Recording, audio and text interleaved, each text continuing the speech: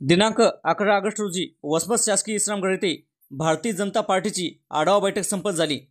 हर घर तिरंगा आणि वसमत येथे पदयात्रा व तसेच भाजपा युवा जिल्हाध्यक्ष श्री शिवाजीराव मुटकुळे यांची भाजपा जिल्हाध्यक्षपदी निवड झाल्याबद्दल त्यांचा सत्कार व तसेच तिरंगा रॅली पदयात्रा संदर्भात या बैठकीचे आयोजन करण्यात आले होते।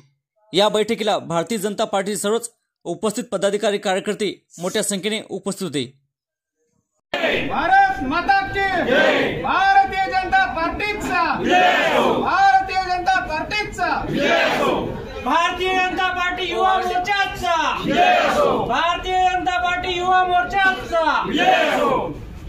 आज वसमत या ठिकाणी शासकीय विश्रामगृह येथे भाजपा युवा मोर्चा यांच्या वतीने शहर मंडळ असेल, उपमंडळ असेल किंवा पश्चिम मंडळ असेल या तिघांच्या वतीने तसेच फादरबॉडीतील तिन्ही मंडळांच्या वतीने या ठिकाणी एक तिरंगा रॅली हा कार्यक्रम येणाऱ्या 14 तारखेला आपल्या वसमत शहरामध्ये संपन्न होणार आहे। त्याच अनुषंगाने या ठिकाणी ही बैठक आयोजित करण्यात आली होती।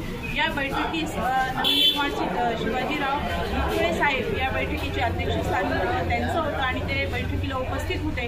त्यांनी योग्य ते मार्गदर्शन या तिन्ही जे मंडळ अध्यक्षांची नियुक्ती झाली आहे त्यांना मार्गदर्शन केलेलं आहे। आणि माझ्या वतीने मी संपूर्ण वसमतवासियांना एक आवाहन करते की येणाऱ्या 14 तारखेला तिरंगा रॅली ही वसमतमध्ये आयोजित केल्या जाणार आहे आणि आपले बसवेश्वर मंगल कार्यालय येथून या रॅलीचं प्रस्थान होणार आहे आणि समाप्ती ही शिवाजी महाराजांच्या पुतळ्या या ठिकाणी त्यांची समाप्ती रॅलीची होणार आहे आणि त्या ठिकाणी एक स्वच्छता मोहिमेचा कार्यक्रम सुद्धा आम्ही घेणार आहोत। आणि म्हणूनच वसमतवासियांनी एक पक्षाचा कार्यक्रम न समजता, कारण की हा एक ठराविक पक्षाचा कार्यक्रम नाही आहे, हा तिरंगा रॅली हा कार्यक्रम देशाचे पंतप्रधान यांनीच हा कार्यक्रम संपूर्ण देशामध्ये राबवण्यासाठी दिलेला आहे।